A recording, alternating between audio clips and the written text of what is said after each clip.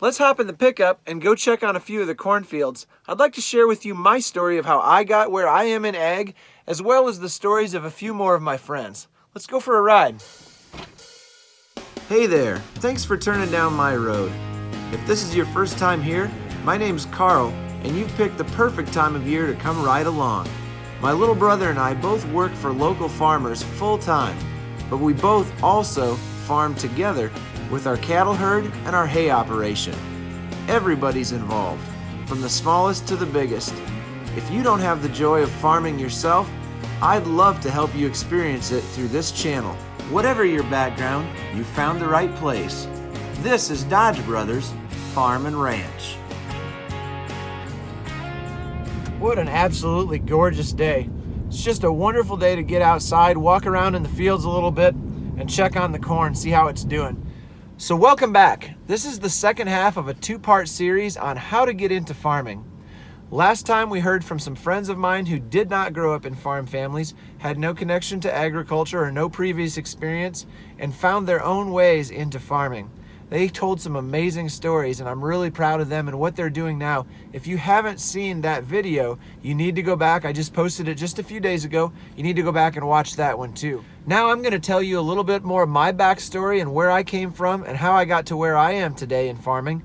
And then you're going to hear from a few more of my friends who did have some ties to agriculture as they were growing up, but for whatever reason, they had to find their own way into farming. There wasn't a clear-cut plan to join the family farm laid out for us. We had to strike our own path. So my little brother and I did grow up on a farm in Iowa. We grew up with our dad raising corn, soybeans, pigs, and cattle, and we were around farming from the time we could walk. As soon as we could put on boots and get outside, we were following Dad around everywhere, trying to do everything that he could do. We wanted to be Dad. We wanted to be farmers. And for the longest time, that was my game plan. That was the plan I had for my life. I just assumed that I would join the family farm after high school. I didn't figure I would need to go to college, and I thought I would just farm with Dad and my brother for the rest of my life and just take over the family operation with my brother. That was my plan. But I was young and I didn't understand math, and I had no idea what it takes to support a family. So when I was in high school, Dad ended up selling part of the farmland and getting out of full-time farming, sold a lot of the machinery, and he went to work for a feed company driving a feed truck, and that was a major change in life. I was pretty bummed out because at that point I still was hoping that I could find a way to take over the family farm and expand the operation, but at that point I decided I had to go to college and figure out how to do something else. I had kind of just talked myself out of ever being able to farm, and so I went to college. I majored in the first thing that I liked, which was a psychology class that I took. So I got a 4-year degree in psychology from the University of Iowa, and then I decided I wanted to be a state trooper. And I went through the whole application process for that, ended up getting all the way to the end, and I was one of the last people that was not selected for the job. As I was applying with more law enforcement agencies, I took a job locally, not far from where I grew up, cleaning taps in bars and restaurants for a beer distributor. That was not a fun job at all, but I ran into a friend of mine from high school in one of the restaurants I was working in, and she said that her husband was looking for somebody to take over for his dad on the family farm. His dad was ready to retire, and so they were looking to take on an employee to do some of the work that his dad had been doing all along. So I took this job, and this is the job that I'm still at today. It's been fantastic. I'm getting to do what I love to do. I'm raising corn and soybeans, being out in the field, driving large equipment, driving the combine, harvesting, all the things that I really love to do. And at the same time, it's given me access to some equipment, and it's also given me some flexibility in the scheduling of my work hours, which has allowed me to start my own side farming business with my brother. I started out making some hay on some neighbors' waterways in the fields around here and making some really nice quality grass hay, and that way I was able to build up a small customer base of people who wanted to buy hay from me. And when my brother and I started our hay business together, we already had people wanting to buy our product. And then my wife and I bought a small acreage nearby to where I work, and it has a small fenced-in pasture and a couple of decent barns, and that allowed my brother and I to buy our first 4 cows and get our start in the cattle business. Last year, we fixed up Dad's pasture, which kind of expanded our grazing potential, and we've slightly more than doubled the cattle herd to this point. So my advice to everyone who asks me about getting into farming is just kind of the way that I did it. I would find somebody that you could work for, somebody that wants to see you succeed, and you can learn as you're working from them, and maybe you can get some access to some equipment to kind of help you get started, because I feel like it's nearly impossible for a young person to just go out and buy a bunch of farm equipment and rent or purchase a bunch of land. And that's the other thing. We don't own any land. The only land that we own is the small 4.5 acre parcel that our barns and our house sits on. All of the hay ground that we make hay on in the summer is rented, and the pasture down to Dad's is where our cattle are. We don't own any of our own ground at this point. So you definitely don't have to own a bunch of machinery and a bunch of land to be a farmer. I would just find somebody that you can connect with, and you can help them and they can help you, and you can learn and grow at the speed that you're comfortable with. I think there's a couple misconceptions out there. First of all, I think people think farming is simple and it's for unskilled labor, and therefore they think that farm hands are not really farmers. But farming is way different than it was just from when I was a kid. I'm only 34 years old, but things have advanced a lot. There's a lot of technology in the cab of these tractors. There's all kinds of things you have to know how to do. It's not just shoveling manure or scooping corn anymore. It's a lot of technology. And so don't feel bad about being a farmhand. I feel like I'm a farmer. My farming is working for someone else, but I'm a farmer. That doesn't make you any less to be working for someone else. I hope you've been encouraged by my story. Up next, I want to share a friend's story with you. His name is Ron Schrader. You probably know him from Hartung Family Farms. He has a really cool story about how he got into agriculture. Hey everyone, my name is Ron Schrader, and I am with the social media channels Hartung Family Farms. And I appreciate you guys watching this and tuning in. I hope for the next 3 minutes I want to tell you a little bit about something about my life that not a lot of people know. And fair warning, I do apologize if this talk gets a little corny. You get it? Because there's corn. I digress. So I'm most commonly known on the internet for being the channel or the kind of the host of our Hartung Family Farm social media pages. So most people think that I grew up on a farm or I'm a farmer. Well, most people are also surprised when they hear that I am not. I did not grow up on a family farm. I do not currently live on a farm. Yes, I'm in a cornfield. This is actually my neighbor's cornfield because my house right in the suburbs of the city is right there. So you guys are probably wondering, well, why do you have a farming channel? So I grew up in a small town. My mom grew up on a farm. My grandpa started it, and my uncle currently runs it, but I never grew up on the farm, never had that opportunity. Yes, I was always over there helping, but I never really grew up or had land that was going to be passed down to me, or had farm ground and equipment that was going to be passed down to me. So I had to more or less find my own way, find my own niche and how I fit in. So fast forward, I had no clue what I wanted to do going out of high school, but I knew I had a passion for agriculture. I just didn't know really what to do. So I decided to go to the University of Iowa to major in mechanical engineering, and through some opportunities through there, I actually eventually got a job working for John Deere as a product engineer. So still being tied to agriculture, but I still wasn't fulfilled. I know I still wanted to do something more. So I started out in Des Moines, Iowa, and in Des Moines, Iowa, I actually got the opportunity to work on a farm on nights and weekends. There was a local farmer there that posted an ad on Craigslist of all places, and he decided that he needed some extra truck drivers and some operators in the fall. So that led me to that opportunity, and I worked there for 2 years, part-time, while still doing my current job. And yes, you heard that right, that was off a Craigslist ad.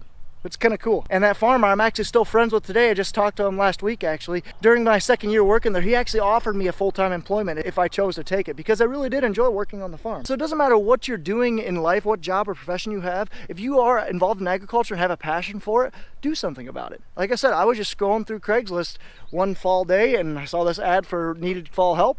Contacted him, ended up working there for 2 years and formed a great relationship. So I still haven't answered how I got back to Hartung Family Farms. Well, I ended up getting a new job, moved 2.5 hours east because I wanted to get back closer to family. And part of that reason is because I knew I wanted to get more involved in the family farm. So even though I still had a full-time job at John Deere, I was able to help out my family being 45 minutes north of here. I was able to help them out during spring planting and spraying and fall harvest. So even though I can still help them out on nights, weekends, and vacation time, my farm isn't financially supporting me. I have a full-time job outside of that. So it eases the burden on my uncle's farm, doesn't need to support an extra person, and it works out well. It's helped me save up money to potentially buy in or buy ground or buy equipment for the farm. So bottom line is what I'm saying is, if you guys truly do have a passion for agriculture, do something about it. Talk to a farmer. Farmers are always in need for help, especially during the busy times of the year. If you have a good work ethic and are willing to work, farming is not an easy job, but if you're willing to work, it's a very rewarding job. So it doesn't matter what walk of life that you're in, there's so many different avenues that you can still support agriculture. For me, I work part-time on a farm out in Des Moines. I support agriculture by helping build and design equipment, and I help out on my family's farm. Not too bad for a guy who grew up in a small town, not on a farm. And if you guys have any questions, feel free to reach out. My social channels are right here, Hartung Family Farms. Best way of contacting is Instagram, direct message, or DM. So Ron's story brings up a key point. You need to find a way to make some steady income while you're getting into farming. Like I said before, it's very hard to just break in and buy a bunch of stuff and get started and be profitable. You need to find an income source. My income source is the farm that I work for every day when I wake up and go to work. Ron is working for John Deere, and that's a fantastic way for him to be connected to agriculture in the service industry as well as in the actual farming day-to-day operations when he goes and helps on the weekends. Up next, you're going to hear from my friend Tara Coronado, who lives in California. We're going to go back out to the West Coast and hear Tara's story. Hey everyone, I'm Tara and I am the owner of Beaver Vineyards. I just wanted to tell you guys how I got into farming and how I ended up having a vineyard. So I actually did grow up on a farm. I call myself a 5th generation farmer, but my dad actually often refers to himself as a 1st generation farmer. And that is because he started from scratch. His parents weren't farmers, but his uncle was. When I was growing up, it was never really talked about me being a farmer. It just wasn't something that was ever discussed. I grew up on the farm. I grew up running out in the fields, but I didn't work on the farm in the summers, and it just was never anything that was discussed. So after high school, I went off and I kind of explored different options, trying to figure out what I wanted to do.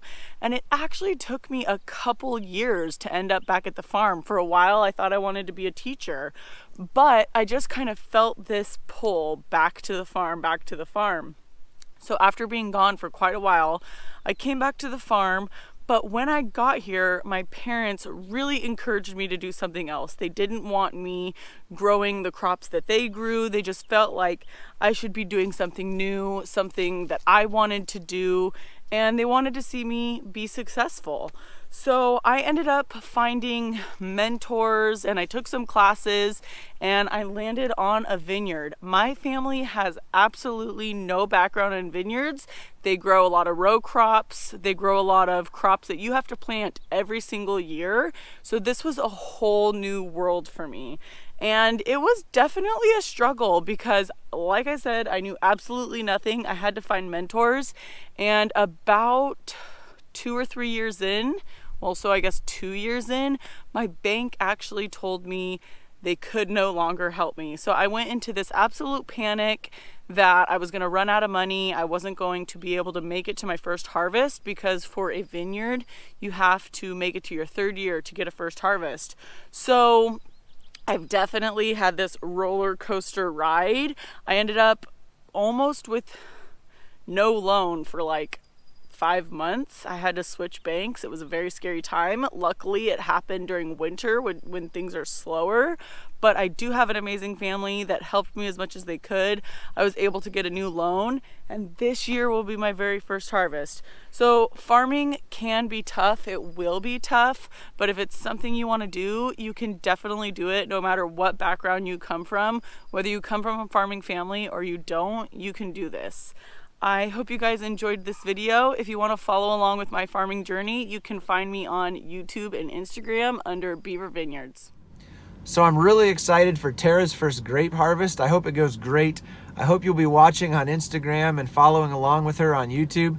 It's a big deal, the first grape harvest. There's a lot of money and a lot of time and sweat invested this far. And this is going to be the first return on investment for her. Okay, the last one of my friends you're going to hear from is John Boss. John does not fit the mold of thousands and thousands of acres and giant equipment and corn and soybeans. That's not what his farm looks like at all. He has taken what he has and made it into something phenomenal. I hope you enjoy John's story. Hi, I'm John Boss. I am the owner of Dutch Hollow Farms. We have been here since 2006.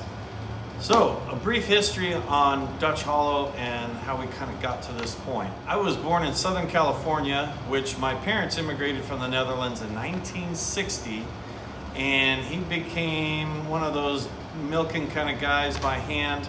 And over time, he eventually got himself into a partnership of his own in a dairy farm. But in Southern California, we were only able to lease land.